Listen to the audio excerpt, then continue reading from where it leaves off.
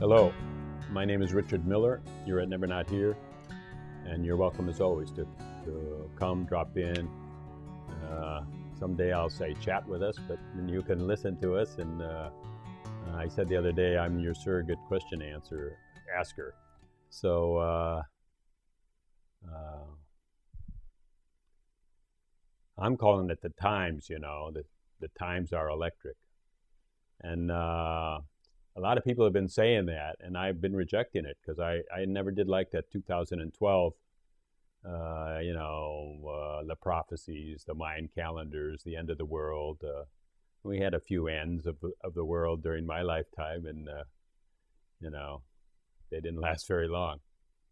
And I'm not saying anything like that. I mean, maybe things are going to change, and change means things are going to collapse, actually. Or why would they change if they're not weak in the fabric of what they are? And so that's exciting. And I can't stop talking now. I have a huge energy. I've got a big project for the winter, and so let's get started. And today I'm talking to Silha, so welcome. Thank you, Richard. I think it is going to be the end of the world as we've known it, maybe. Not the end of the world literally, physically, but the end of so many of the systems that we've developed are not adequate to our time, whether it's education, healthcare, media, areas that I've been involved in, media particularly. Obviously, the old system of one to many is not working right. Let's just say a little bit more about one to many. Well, the idea that you have one television station or one newspaper or magazine, and it's distributing to many people. That model has been out for years, but the media organizations have yet to really learn how to facilitate conversations many to many, where people are talking to among themselves using Twitter and Facebook and so forth. So the nature of the conversation has changed. And I think that the Occupy Wall Street movement, or Occupy Together, as my friend Tom Atlee calls it, is a great step in the direction of recreating the systems that aren't working for us. So you find at those Occupy sites people getting together and saying, oh, well, here's a way that we can help organize local food growing and distribution in a different way. And other people are organizing around educating their kids. It's happening, I think, in some exciting ways. You're hitting the nail right on the head for me. Occupy is what really woke me up. I mean, I swear to God, I was on Skype, and it was real late at night, and somebody called me from France. And it must have been 2 a.m. for him, and he just saw me online, and we started chatting about old times and stuff, and he says, well, what's happening with Occupy? And I said, what? He says, you ought to check it out. That's how asleep I was. Well, that's an example of many to many. You're getting... somebody from France is calling you and suggesting that this is something worth paying attention to.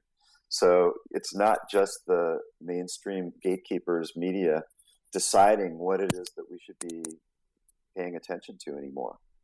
So one of my projects is called Journalism That Matters, and we've been holding think tanks on the future of journalism for 10 or 11 years, where we try to get mainstream media people together with people from print, broadcast, blogs, new media, citizen activists.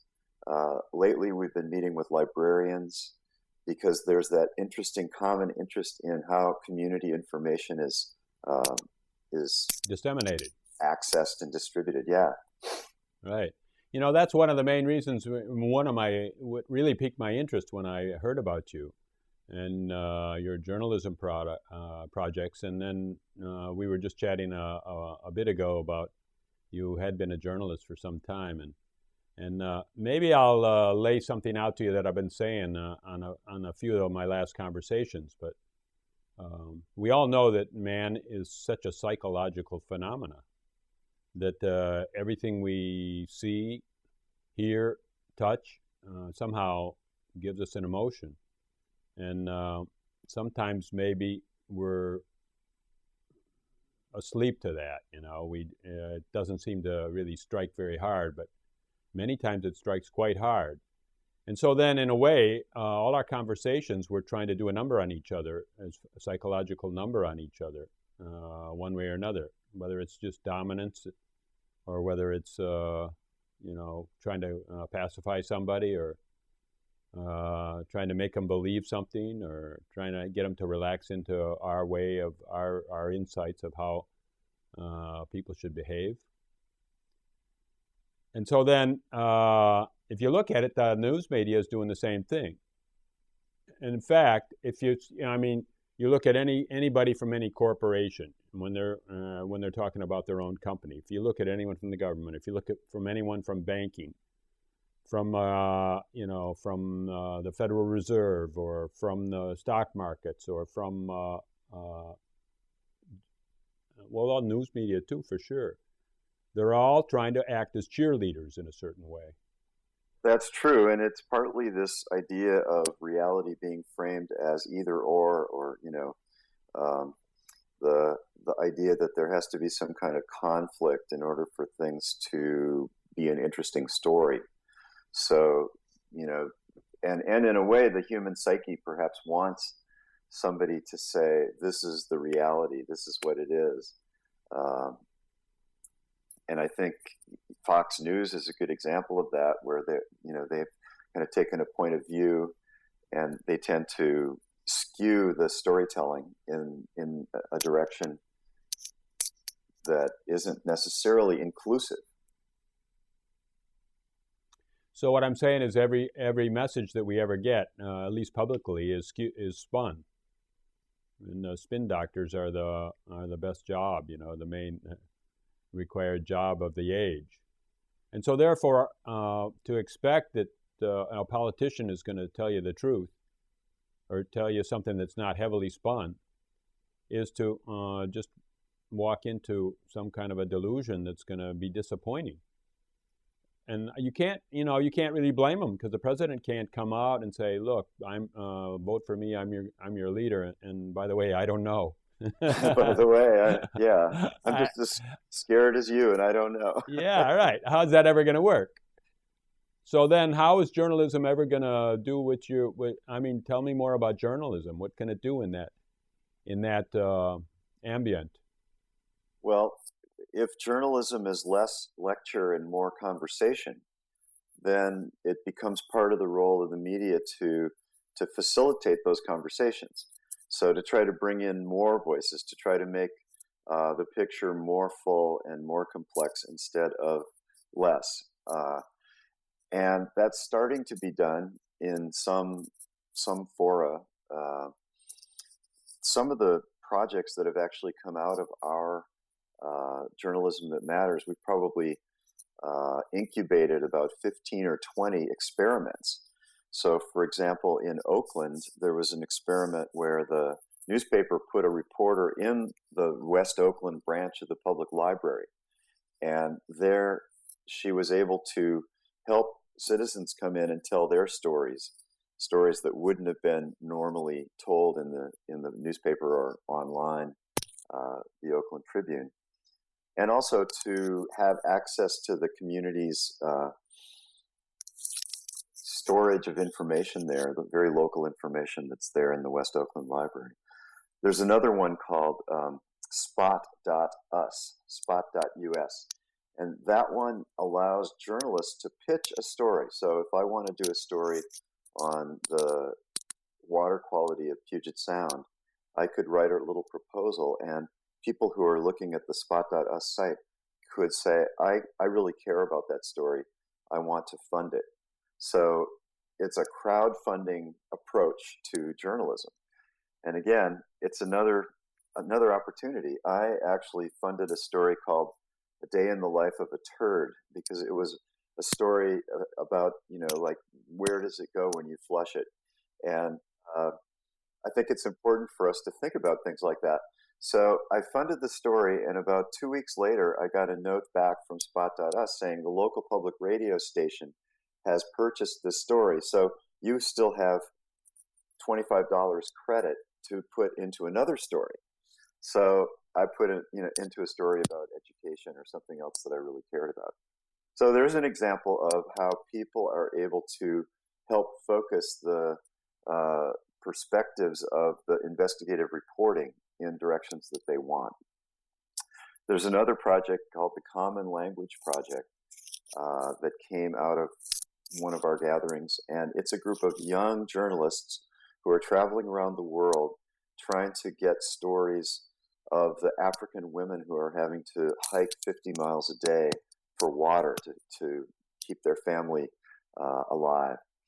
And the kind of perspectives that you just don't usually get in the mainstream media.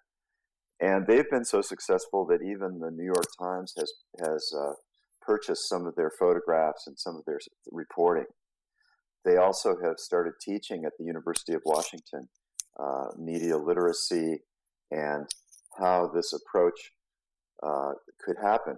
Another idea that's come out of journalism that matters is that there's a sixth W beyond who, what, where, when, why, and how. And the sixth W is what's possible now. So imagine if all the reporting that was done with this future orientation, where you're not just asking what's happened, but you're asking a question about the future. You're saying, what's possible now? What are the possible different things that could result from this? From the catastrophic to the most wonderful and utopian. Is that like what you can do, or what's the next logical step, or get involved, or doesn't it really solicit participation from the viewer? It could do that. It definitely could solicit participation from the viewer, but it also gets the subject of the story as well as the reporter to think about, okay, what are the implications of all this story, and what are all the different possibilities that could emerge? And we're certainly living in a culture where things are emerging, new ideas. I think a lot of the innovation is happening on a very local level, and so in order to find out the stories of real innovation, we probably need to go to our very local media. I guess I'm always kind of soliciting people. You said, I ask if that's soliciting the viewer, but I'm always soliciting people to get involved, or get involved with your own life, not necessarily get involved with me. My site is a surrogate for that, where people can make an account, and they can put their comments and post forum posts and stuff like that. That's some get involvement, but I mean, I'm always saying engage with life, and then other people, they're not always engaging with life, because when I go out and film things, a lot of people are concerned, well, should I be on film? Maybe I shouldn't be on film, So they don't want to engage, really. They don't want to stand out and let anyone discover who they are. And so then that's kind of like one thing that I'm after all the time. Mm-hmm. Well, that kind of leads me to my other big project, which is the Big Joy Project. And the motto of the Big Joy Project is follow your own weird. This is American Sign Language for the word weird, the letter W kind of crawling across like this. So that's our motto, follow your weird. And by that, we don't mean be as weird as you can be, although that could be part of it. But weird comes from a Celtic word that means fate or destiny. So it's really kind of like, what is it that we're here for? And James Broughton, the subject of my documentary, Big Joy, was a filmmaker and poet from the San Francisco Bay Area who lived up here in Port Townsend for the last 10 years of his life. But his advice to filmmakers was, don't make the film anyone else can make the film only you can make. And to me, that's kind of what you've done with this website and with your interviews.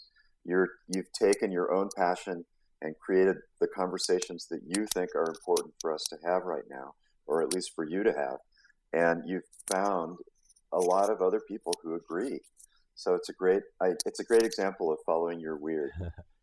I definitely have a great passion, and I'm definitely following it, and it's getting more hot, really, really hot nowadays. As I'm totally in action and almost transparent to any tiredness or anything that would drag me back or any hesitation. And I do want to talk about that project too, but I want to ask a few more questions about journalism because it's so vast and so important. And because usually when we talk about discussions and panel discussions and so on, panels, let's say, it's also micromanaged. I mean, even movie making, because you're a movie maker, and when they do documentaries, nobody can even really talk. They almost just take it's like those ransom notes, right, where the guy clips words out of the newspaper and pastes them on there and says, so he doesn't get a handwriting analysis or something. Oh, now they can probably get the DNA from the paste or something like that. But Tiny little sound bites. You're absolutely right. And in fact, that's why we have organized our Journalism That Matters gatherings in a way that does not use panels for the most part. It's a technique called open space technology. Are you familiar with that? Well, tell us a little bit about it. It's a way that you can organize a meeting having the people in the room set the agenda. So instead of somebody else determining these are the topics that we should talk about, these are the panels, these are the panelists, people come to a Journalism That Matters gathering and they are invited to create their own sessions. And I think one of the reasons we've been able to spark so many new projects is that somebody will say, I want to talk about how we can how can we support the traditional values of journalism in the new media environment. So there have been many, many discussions about new economic models. If advertising as we've known it isn't going to pay for journalism, then how do we pay for it? Lots of different models like public radio and television. But other people say, oh, well, I really want to talk about the technical aspects of how you create your own website to do local news. So we have had some gatherings that are specifically aimed at what we call place bloggers, or people who are doing news and information in very local areas.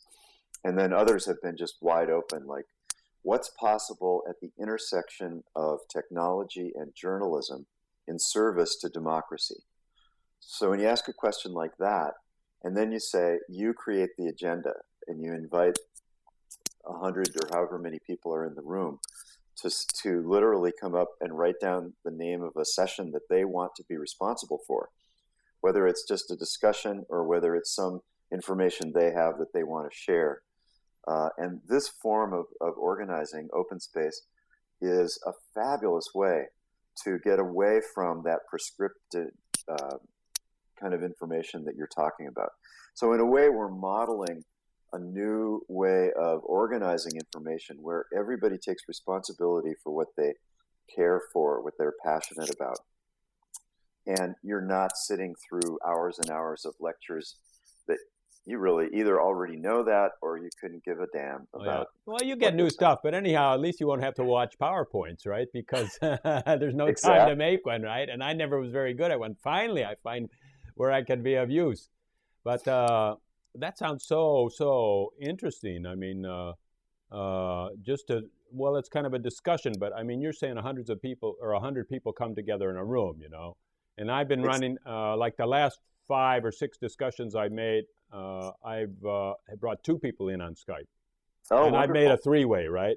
And a lot of new stuff comes from that, because a lot of new stuff. A lot of new stuff comes from the dialogue because already you're telling me things that spark all kinds of interest and insight in me, and hopefully it works 2 ways. But when there's 3, okay. But what am I asking? Like, how can 100 get in on that? I mean, because let me say, I'm thinking to go to 4. But after that, I'm not so sure that everyone would have a chance to talk.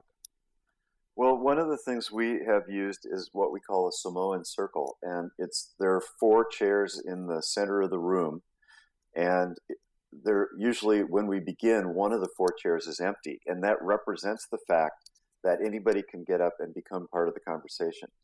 So literally, the three people who you may have asked to start the conversation are sitting there. They start having the conversation, and then somebody walks up, sits in the fourth chair. It's a great way of allowing a conversation to happen with lots of different people. And I suppose talk radio maybe is a slight version of that, except that's usually just one person at a time also.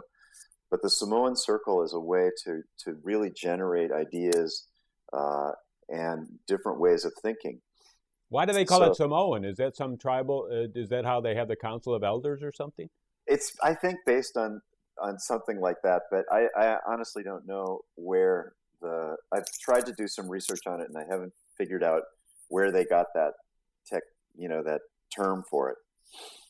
I assume that it's based on some tribal communication technique. Another one that's really great is the Maori Heart Circle. And the Heart Circle, which is in the Maori and also the radical fairy traditions, is where everybody is speaking from their heart, and that you're also listening from your heart. One of the things you said to me before we started taping the conversation was the importance of silence in the conversation. And one of the things I've learned as a filmmaker, where as a print journalist, I would always go, and I would write down and kind of try to encourage people by vocalizing a little bit. In film, you have to shut up and allow the interview subject, because you don't really want your voice in the interview, usually in the documentary. So I've had to learn that, and I found that it's so powerful. People say things to fill the silence or whatever that they wouldn't normally say if I just asked them a regular question. How do you know if you're speaking from your heart? I mean, I believe I know, but I don't believe I always knew. And so then somebody comes up there and they're really trying to figure out if, it takes a pause. That's one thing we know. Okay. But is that something that people easily fall into? It's really easy for me to get out of that and to kind of speak from my head. I think I'm just oriented that way. I think, we all have different kind of personalities and orientations, and things like meditation help me get into more of a full sense of my body. And so I'm speaking from more than just my head. I don't think you always know when you're speaking from your heart, but I think I've learned to just kind of listen for that inner voice and to try to actually get rid of the words so that some new information can come through me. We've been doing a Maori Heart Circle, not knowing it. I did one on Sunday, and I brought one person in on Skype, and two young men come into my home, and somehow we decided to start some kind of a group. And the idea of the group, we didn't say speak from the heart, but we said let's just speak what's true without interpretation. So in other words, we did say don't speak from the head. And it's actually something that's quite been around a long time. There's a guy named Trijan Burrow or something like that. I forget his first name, but I think it's from the 30s. And and this one young man that's in college here in Chicago, in the University of Chicago, he's actually Chinese, born and raised in China, in both Hong Kong and in Beijing. And like his mother's a banker, and he's been sent to school here. He's only 19. Wow. And he's been researching this stuff, and so he started this group. In other words, he called me because he was having trouble finding people that could get in sync with this, and he thought I would have a whole lot of people that would want to be in this group. And I don't, but I knew one other young guy. I didn't want to put a 60-year-old in with a 19-year. I'm enough of 60-year-olds. So then we've been kind of going around with that, right? But interpretation always sneaks in. Sure. Well, in the Maori tradition, they ask that after each speaker speaks, that the person sing a song. Oh, wow. And that song, the idea of going into song, whether it's a song that you're improvising on the spot or a song that like Red River Valley or whatever, it punctuates the thing so that there's not immediate crosstalk.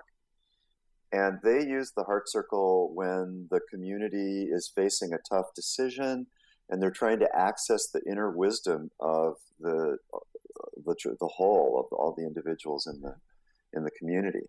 So a youth group that I've been involved with called the Power of Hope, which is youth empowerment through the arts program, does summer camps. And one of the highlights of the summer camp is always this Maori heart circle that they have, where amazing stories come out and amazing wisdom comes out of these young people. No, I just have to say that I had a very small wedding, and everyone got up and said something, right, or sang a song or something, and my brother-in-law only knew one song. It was Red River Valley. That's funny. Well, speaking of China, I have some friends who were in a rock band in the 80s and 90s, and they went to China, and the people requested Red River Valley all the time, so they needed to add that to their repertoire. I got these huge plans where I'm going to actually go to Australia for 3 months for the summer, which is, of course, our winter. Oh, great! You're doing that this winter? Yeah, it's amazing. Like I'm going in 2 weeks. Wow. Well, one of my mentors was a futurist named Robert Theobald, and he found real acceptance in Australia of ideas that weren't yet accepted here. He found much more interest in kind of systemic thinking, which is part of what we've been kind of talking about without naming it, but the idea that everything is connected, and that if you are able to see the second, third consequences of your actions, like the Native Americans say 7 generations, that we can expand our views. So I hope that you discover in Australia some really interesting people and ideas that will help cross-fertilize what you're already doing here. Sometimes with me, systemic thinking, it seems like such an overlay and such a stretch to try to tie things together. And I prefer systemic thinking that's just natural. I mean, hey, it is. And really kind of discover a connection without trying to have to apply it or, dramatize it too much. And so then maybe I don't know if I'm put off from that or what. I've heard what is a spiral dynamics like is where we've got a whole system of where we are in the charts and stuff like that, of how open we are or something like that. And I don't know, somehow I bypassed that and said, let me go direct. I'm not so sure I know anything. I don't, but I mean, maybe I need sooner or later to. It always seems so simple to figure out what is easy and simplifying and what is a little bit more complicating. And it seems like I'm always trying to really simplify. Well, it's true. And one of the things that James Broughton, this wonderful poet and filmmaker, told me was simplify, clarify, vivify. And those 3 words have been very helpful to me, even as I'm editing this film and trying to figure out what gets cut, what stays in. Simplify, clarify, vivify. To make it more simple, more clear, and more vivid is a great way to go about your life. Right. I'm definitely going to get really quiz you thoroughly about your project and about Broughton. And I'll just say a couple more things. Like the reason I said about Australia, but I'll even tell a little bit about it first. Well, I'm going there with nothing to do and a whole bag full of cameras and microphones. And the only thing I'll be doing, I suppose, is everybody that comes in my zone is going to get on camera, and we'll be doing Maori circles, right? Maori heart circles. And Maori is New Zealand, right? I mean, yes, that's what we're talking about, right? Yes, exactly. So now you're talking me into it. I have to go to New Zealand too. I strongly recommend then it. Then when I come back, I'll get 90 more days on my visa. See, I will never get back here. Right. Well, Well, that sounds like a good thing to do, to go to summer. Yeah, right. I'm looking forward for 3 summers in a row. So anyhow, that's my plan. Basically, is to go speak with everyone and kind of like take the pulse of the Australian mindset, the consciousness level, or and what. And I'm already there as far as my energy goes. I'm really going strong, and I'm taping a lot of people from Australia, which whom I will see when I get there to do a follow up, and then I'm getting invited to. And I also capture events, so I'm getting invited to retreats and weekends and things like that. And I also do webcasting, so it'll all be streaming out live. Interesting. Well, I have a friend in Sydney who has been involved with a project. I can't remember what they call it. It's something like spirituality at the pub, and it was this was about 10 or 12 years ago, but maybe they're still doing it. They organized Sunday afternoon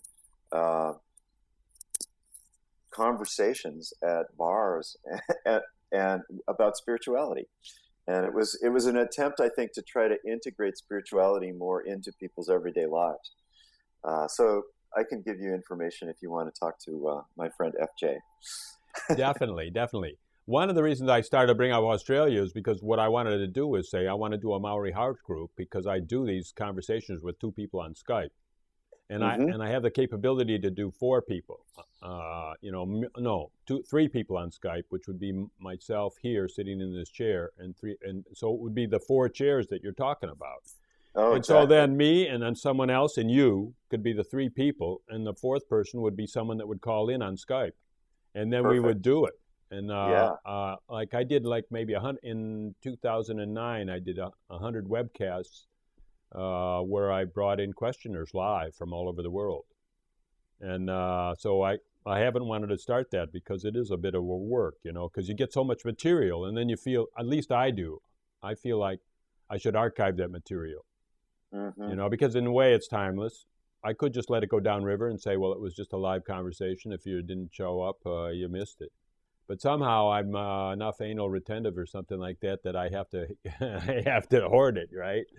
Well, that's great. And then how do we organize that kind of information and make some sense of it? That's the other, there are these new roles that are emerging in journalism, and one of them, what used to be called the editor, I think is now what I call the sense maker.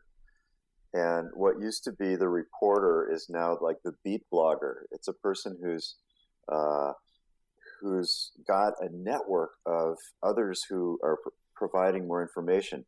So it's not just the Rolodex with the same old suspects that you call for any given story, but you're trying to expand your concept of how you develop sources. Uh, the public radio has been experimenting with this public insight project, which has been very public insight journalism, which has been very successful in getting different perspectives on the news. And another thing that's been happening in journalism is they're using gaming techniques to, for example, in Minnesota Public Radio asked their listeners to balance the state budget uh, online in a kind of exercise, a kind of game exercise. And then they took the priorities of how people balance the budget to refocus their coverage of the state.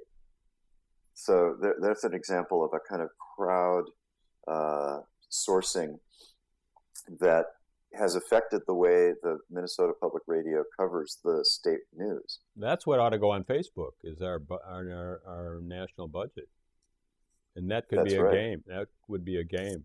How It to would be it would be great if it were recast as a game.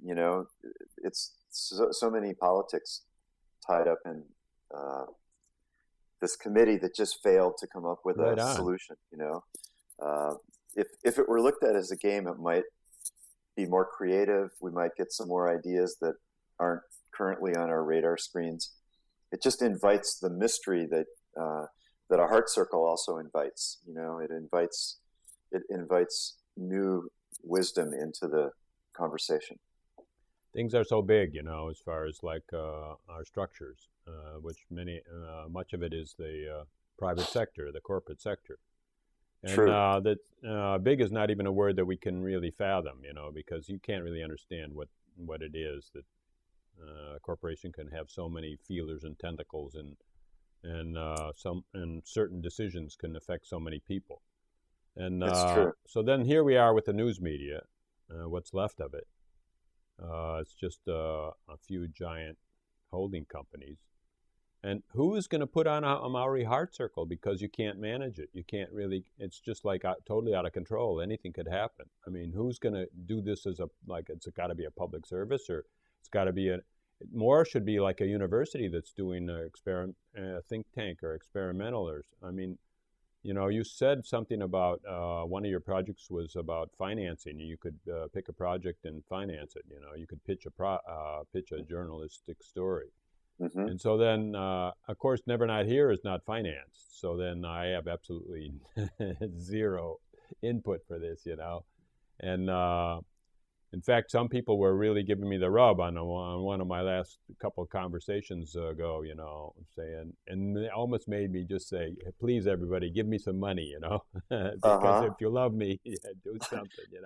The public It radio almost went model. down to that, And I don't know, but I mean, do you see what I mean? Like, is the internet a private thing? Or, I mean, every once in a while you get these emails that say, oh, they're about to censor the internet. I mean, if they took it away from us, like, I don't know, I think that would be when I would really want to go on this. I'm out on the street already with Occupy, don't get me wrong.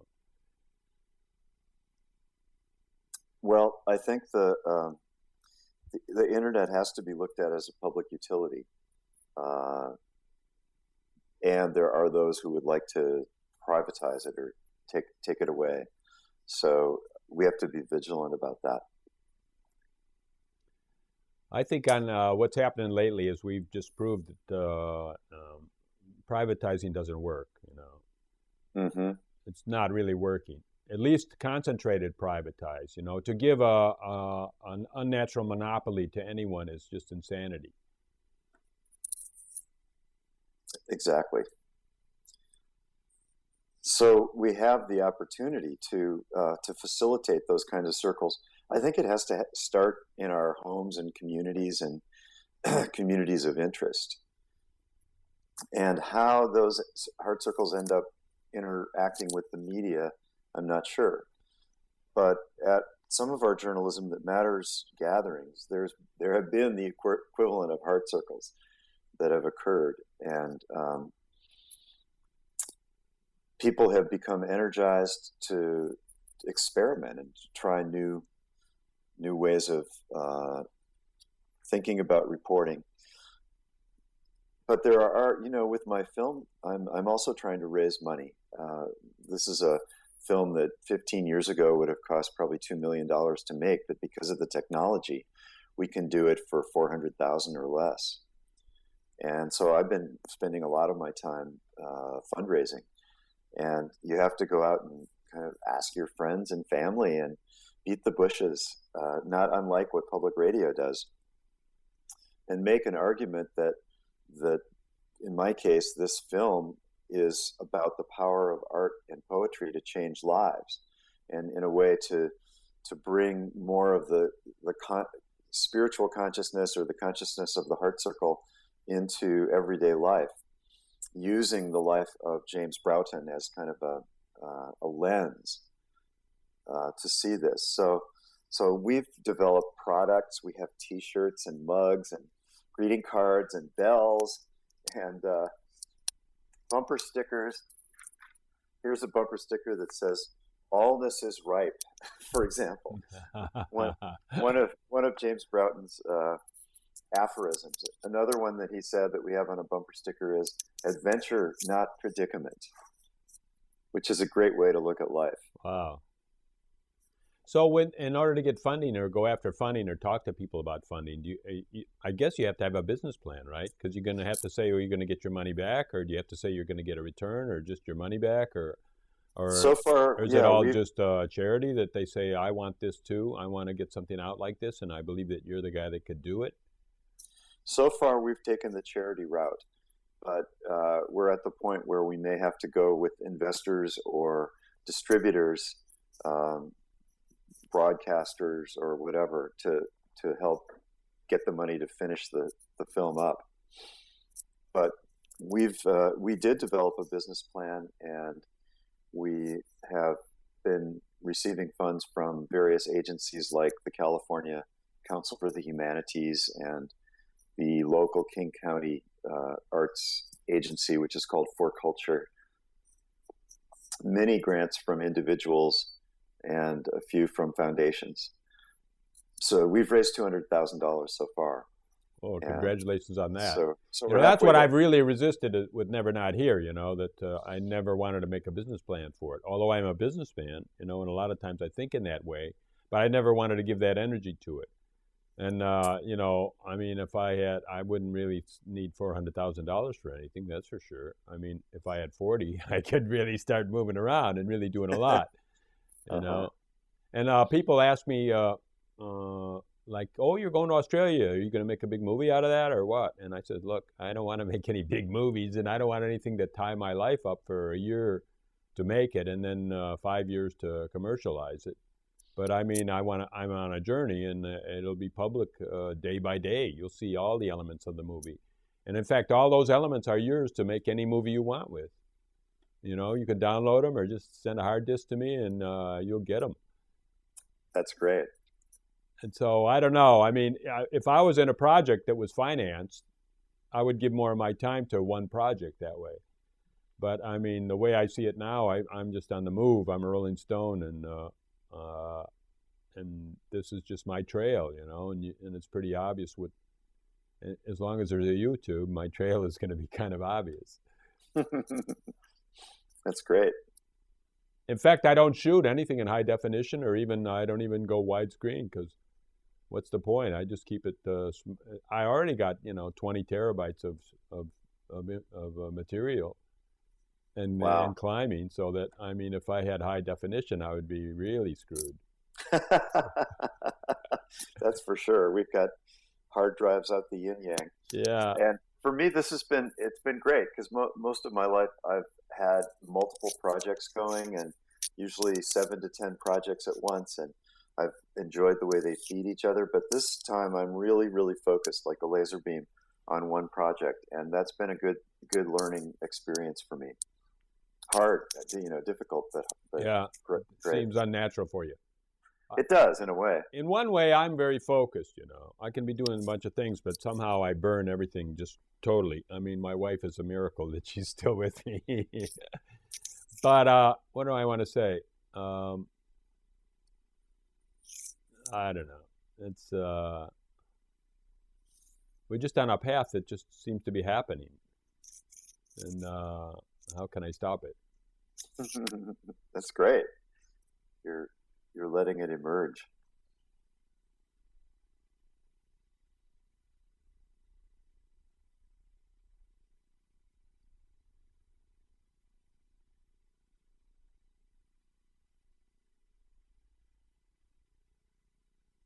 So Broughton is this free spirit. He's kind of like some kind of a man of all seasons, but somehow before anyone else has popped up like that, or somehow he seems very unique because he's just not really categorized in himself with any known category.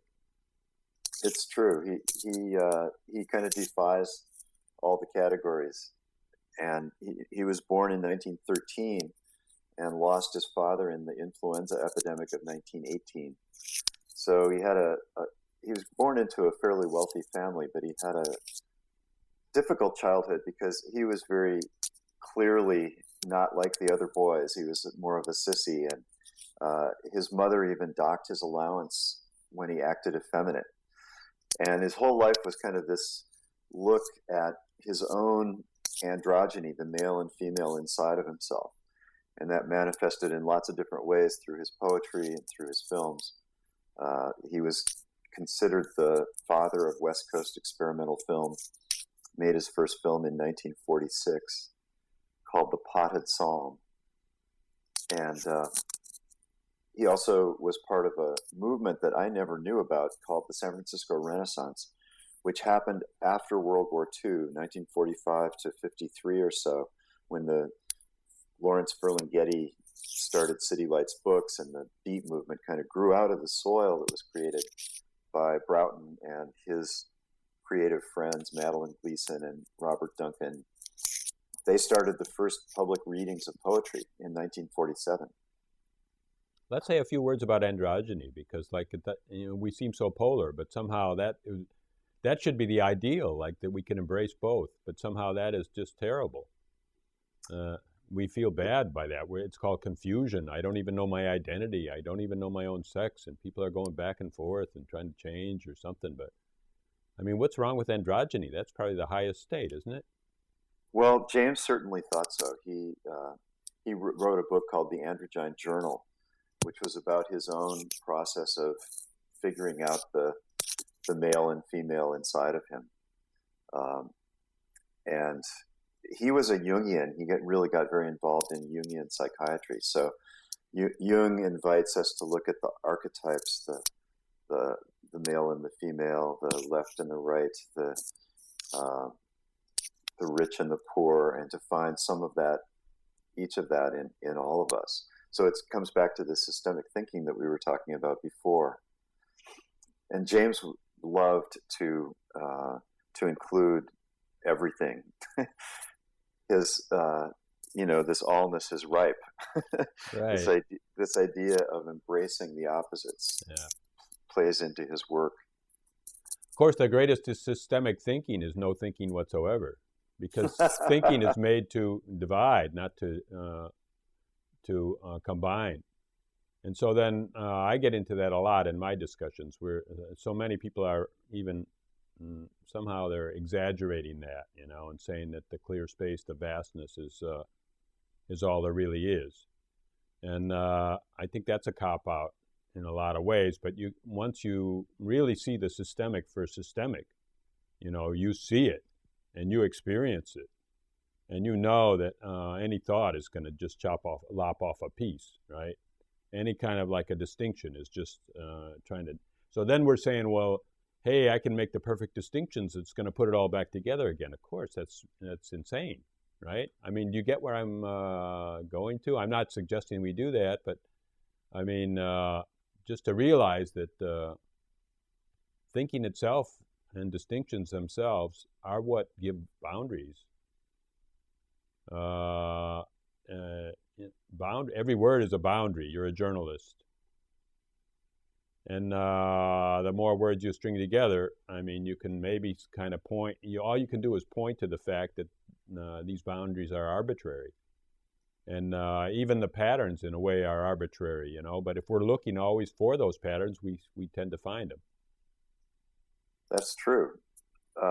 James also got really into Zen, and he wrote a series of poems around the idea of this is it, like what is it? And one of them goes, this is it, and I am it, and you are it, and so is that. And he is it, and she is it, and it is it, and that is that.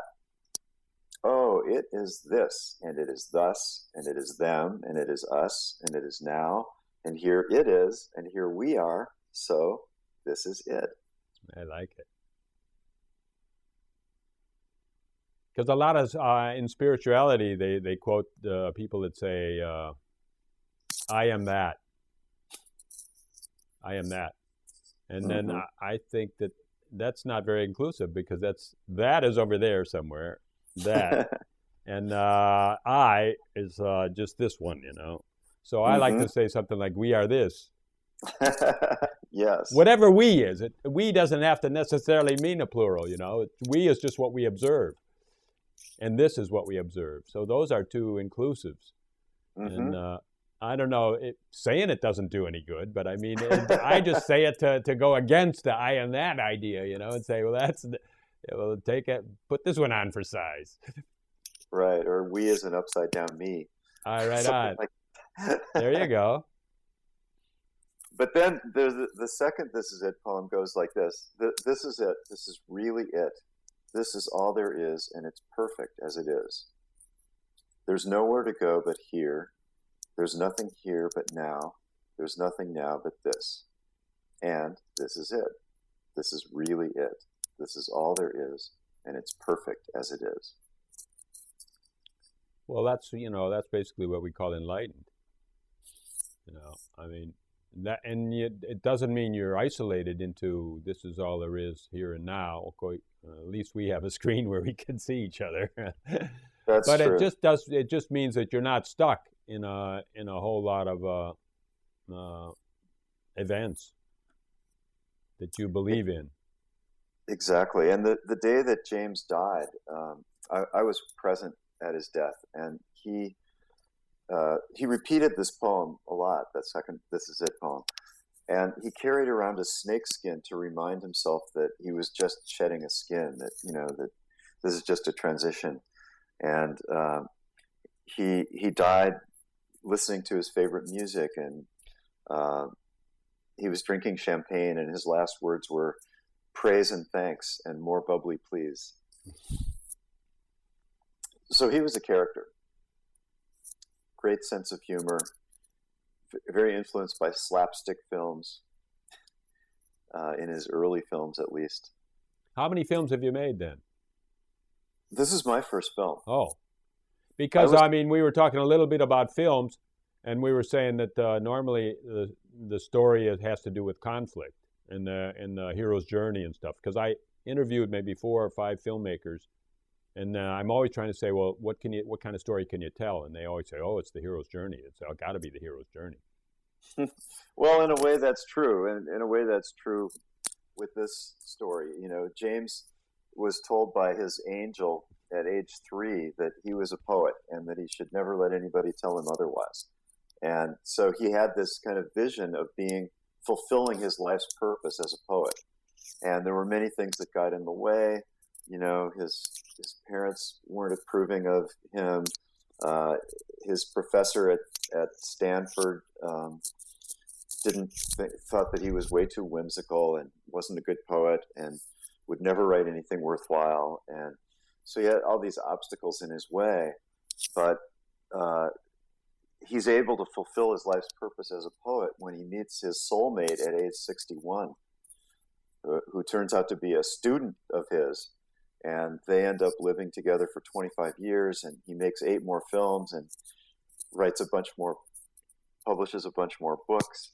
And so it's his hero's journey. How do I become the poet or the human, expressive human artist that God has put me here to be? So what are the conflict elements then? Or don't you need them? Or maybe they're useful, I don't know. Well, there's the military, there's the war itself, there's the conflict of his sexuality, trying to figure out, what am I? He actually had 3 children during his life, was married for 10 or 15 years, ultimately found himself with a man, and that was his ultimate happiness. But he was very conflicted about his own sexuality and his own kind of role in the world. So he put some of that into his art. A lot of his work is about touching, reaching, discovering the God in your body and the body in your God. He had this whole idea of the God body and the divine androgyne. So a lot of his conflicts were internal, but he also had the challenges of raising money for supporting his family. And he taught at San Francisco State and San Francisco Art Institute in order to raise his family. And then the horrible thing of having to leave his family. It wasn't an easy thing for him to do, but he felt that was what he had to do to be true to his inner being. So I think that's kind of the conflict, is how do you navigate your own spiritual purpose in life. So when I asked about androgynous a few moments ago, I was thinking, well, this guy probably had it figured out pretty soon. But you're saying that was still a conflict within him. And And what's the nature of that conflict? In other words, something about the way our society operates begs you to make a decision, right? You got to be either or, and this middle of the road stuff is going to be very questionable, and we're going to have so much bad energy on it that you're going to feel it too, and or what? I mean, how does it Well, really it's work? true, How does it and work? even children who are born with the sexual characteristics of both genders, doctors usually and parents have to make a decision: is this a boy or is it a girl? And I think that it's one of the interesting things of our culture that this whole movement of transgendered people who are born into a male body and decide that they're really female or vice versa. These Some of these people are the shamans of our age. They're helping us figure out how do we walk between worlds. Uh, and in a sense, James was inviting all of us to bring that out in our own lives, to bring out the he and the she, and the she and the he. And he would play with words and with images to invite that. He made a film called Dreamwood, which is all about the hero's journey going into the forest of the divine feminine and encountering, having to kill his father and kind of the classic Jungian archetypes of life in order to come to a kind of wholeness where the sun and the moon is in him, and he embraces all of his own possibilities. Did his films have a pretty good following? I mean, was he facilitated in that way, or are his films always kind of like alternative and They were very forced in a way by him? they were pretty fringy. They were experimental, very much experimental films. He had one film that was a commercial success, and it was called The Bed, and it was about all the different things that can happen on a bed. Uh, there are no words in the film. It starts out with a bed coming over the hills of Marin County and spinning around, and suddenly Adam and Eve show up on the bed. And then they run off into the forest. And there's a guy playing a saxophone sitting on the bed, and an old woman brings an infant out to the bed, and all these different things happen on the bed. Somebody dies, there's an orgy, all these different things happen on the bed. He made that film in 1967 during the Summer of Love in the San Francisco Bay Area. So it became kind of the quintessential hippie film. And it played for a year in 1968 in one or more theaters in San Francisco. So it was a 20-minute film, and it had lots of frontal nudity. So it was kind of a path-breaking film in that way. The body is very innocent, very beautiful, but because of that, our trailer for our film, which had some scenes from the bed, was censored by YouTube. So there's this kind of prejudice against showing penises and breasts, where it's okay to show people killing each other on YouTube, but not to show innocent bodies jumping and running and dancing and riding motorcycles and so forth. That's a real heavy comment on our whole belief structure in society and what we readily, daily buy into, and shrug it off without ever giving it another thought. It's true. So James was kind of questioning those things. I think that that was, when I saw that, actually, I thought, oh, this should be in the 60s. Actually, it was. So then I would guess I was right. But what is right for now? I mean, like, are we that innocent where we can just scamper around naked? And when you do that, I mean, you're just a child. But I mean, now are we a child now, or are we totally beleaguered society by the 1%, right? The 99 finally waking up at the 12th hour, at the 11th hour, saying, what did I do with society? What did I do with planet Earth? I just let it slip through my fingers. Well, yeah, I think that all of us, the 99% and the 1%, are maybe coming to that realization, and we have the opportunity to to get back to some basic uh, idea of the positiveness of life, and that would include our own life and the life around us. So if we have that more inclusive view of life, we're more likely to be positive about our sexuality and our beautiful, complicated beings, and to know which parts of ourselves we should hold back. I think that they're, in order to be a fully loving and integrated person, you need to know yourself well enough to know that there are parts of you that are maybe need to be put in a cage or need to be controlled, and that there are parts of you that need to be opened up and let out. And the idea of running around naked in a safe space, I think that's a great thing. That we can create a positive view of our bodies and each other's bodies, and worship those. And James was just saying, look at these wonderful bodies. If we were able to fully appreciate our own and each other's, we wouldn't have war. We wouldn't be raping the earth, and it would transform the way we look at things.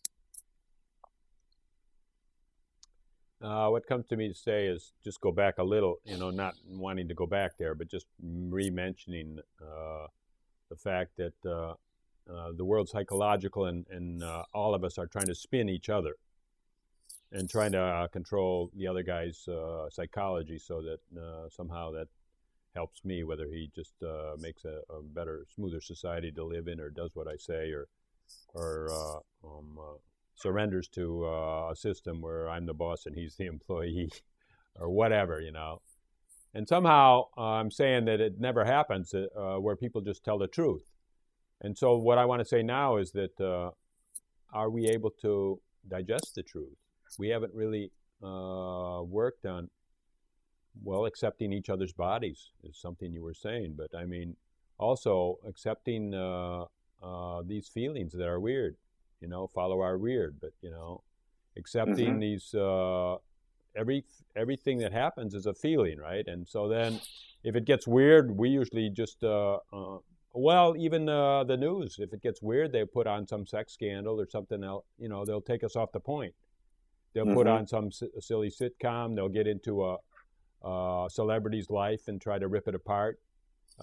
Something that'll take us away from our own weird.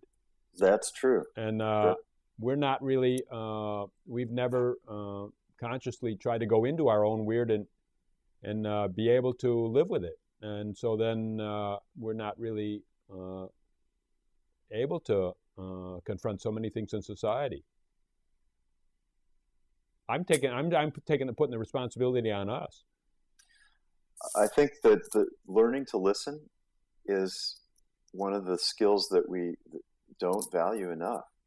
Learning to listen to our own inner voices, and learning to listen to each other, and learning to be open to the fact that reality that somebody else has that we want to just put over there might actually have something of value for us if we're willing to sit quietly and listen.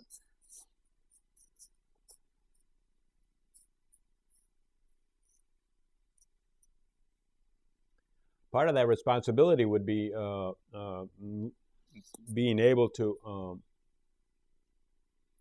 not act out everything that goes through our head, right?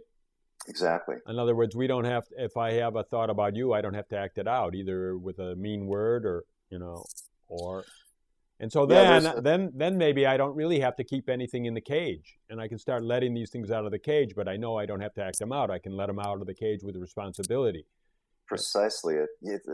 You articulated that very well. I think there's a third space between the polarities of, there's a way to include it, and beyond the polarity of yin and yang, or right and left, or Tea Party and 99% and 1%. There's a way of inviting in this whole thing and looking at it with some more maturity and wisdom.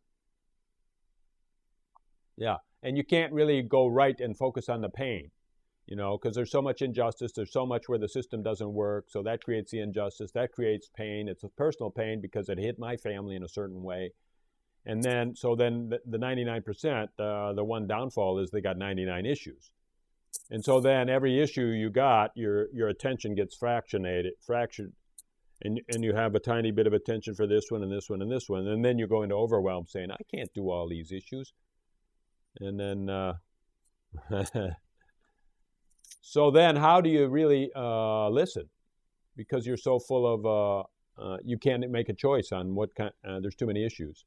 So then somehow you just have to go back to the Maori heart circle and listen from that space.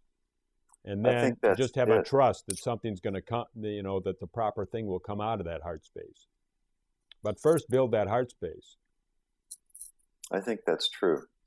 One of James's short poems is called "What Matters," and it goes, "What matters, matters, but it doesn't. Some of the time, everything matters. Much of the time, nothing matters. In the long run, both everything and nothing matter a lot."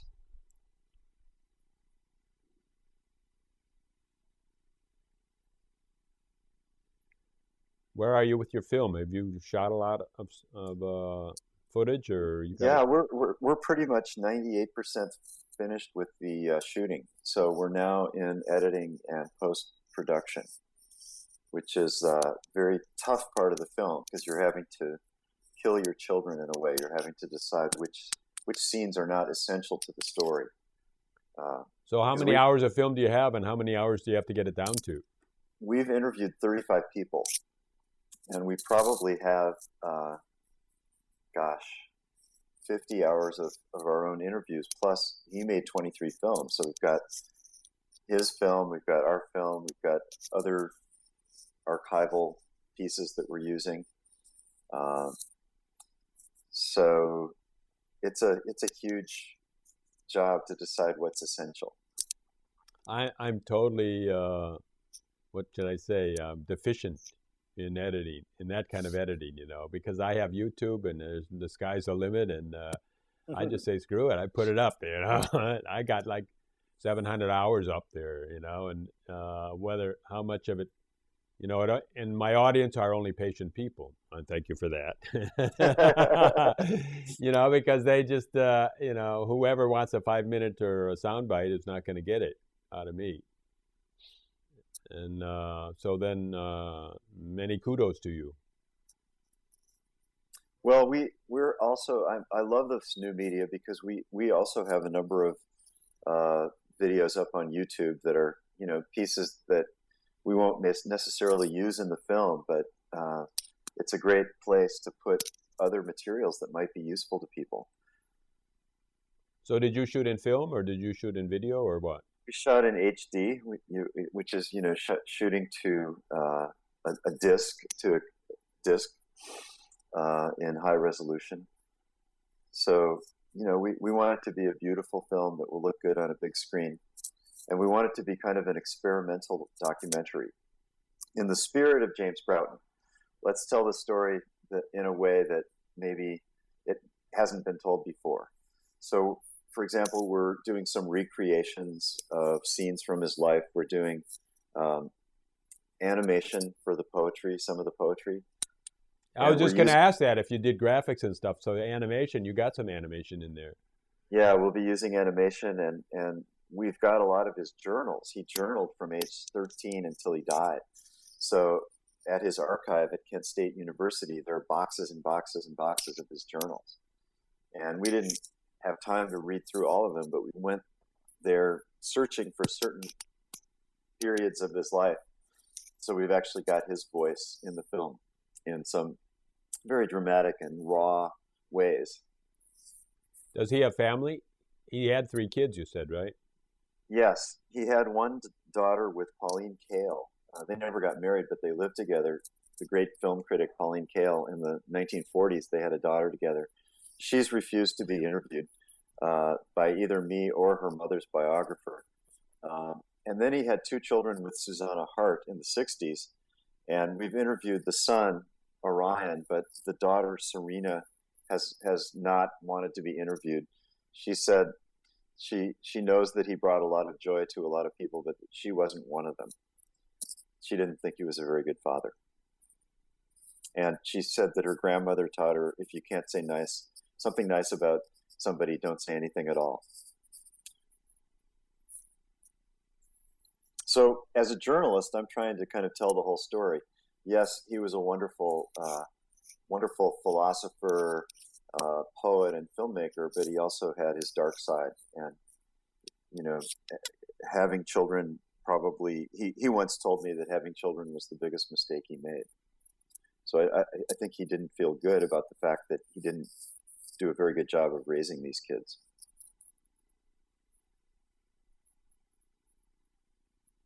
So sometimes we feel like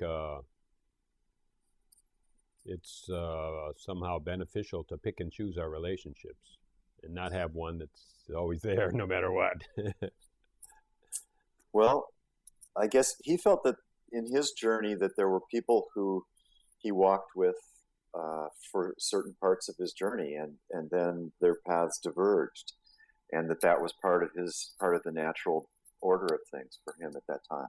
And evidently, that's true with a lot of couples in our culture now. You know, the divorce rate is extremely high, and maybe we need to rethink how we look at that, because divorce can be so devastating to both the individuals and the children in a family. So how do we rethink family, and how do we rethink how we fit into the family of humanity? I think that's an important thing, and the Occupy movement is actually allowing for new family forms to emerge. People are discovering each other face to face on the street in these Occupy things and creating things together. So hopefully we'll recreate our culture and our democracy in a good way. You know, you say that people, you could believe that people are together for a while and then they diverge. But, you know, maybe the divorce rate, a lot of it has to do is that we were never together. You know, we were always at each other's throats. And finally, we were able to admit it and not be afraid to stand on our own 2 feet. And, I think that's true. Yeah, I think that this idea, you were talking about how we like to categorize and put things in boxes in the media and in our culture. If we were able to actually figure out our own complexity and follow our weird, we might be better at being parents, or, you know, I think we all make decisions that take us in a direction that we realize, oh, this is not right. And it's then, how do we find our way out of it? How do we follow that fate or destiny that is the reason we're here? So a marriage vow might look like, I totally support you to follow your weird. And Yeah, up till now, it's always been, I totally accept you as supporting me to follow my weird. And that's a little bit different, really right? hard. That's a little bit different. That's quite different, exactly.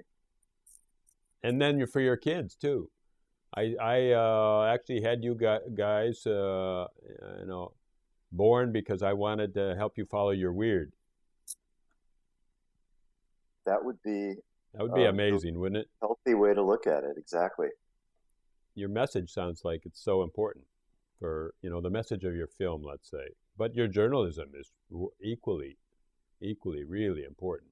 We didn't even talk about when you were a journalist, and so many things we could have talked about that I was really curious, both our upbringings and stuff. We maybe mentioned it before in our off-camera conversations.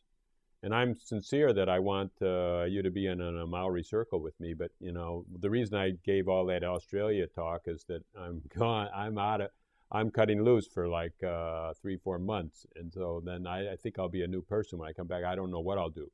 But maybe we could do Maori circles. I will definitely do them in Australia, just live, you know, and webcast. And 4 chairs, and maybe even 2 will be movables, you know, and we'll just see how people come in and go out, you know. And I think that's a great idea. And, you know, we have this technology. We can communicate across the globe. So if I can do anything to help support your project, support the Big Joy, and Joy is really a name of our new government, I think. It has to be, right? Because I love that. Yeah, Pain has been the name of our old government. that's for sure. That's for sure. Well, check out the website at bigjoy.org. There you can see our trailer. You can read about the project and learn a lot about James Broughton. There are links to his films and his poetry. You can download free greeting cards and bookmarks, and we also have items for sale that will support the film. As I mentioned, bells and greeting cards and things like that. And T-shirts. We have a Cafe Press site where you can get mugs and T-shirts and bumper stickers. Wow. And then just in my view, if we're successful with this film, people will be more comfortable following their weird and will encourage others to do that. And we hope that people will start having Big Joy salons where that people come and read poetry to each other and have heartful conversations and write poetry for each other. So to get out invite the creative spirit into our lives, so that we do have a government called Joy. I totally thank you, Stephen. Thank you so much. Stephen Silha. So how about that one? Really? I mean, everybody, just take a look. This is really, we're talking like a concrete way to live in government and in your own family and in your own day-to-day life. And it's called the Big Joy. And when you say it as a spiritualist, it sounds never land, far out. But when you say it the way Stephen is talking about it, it's just either an experiment or it's just something that we want to be a part of our life. And hey, don't we deserve it? So thanks for coming, and come often. So thank you, Stephen. Absolutely. Thank you. All the best. Blessings.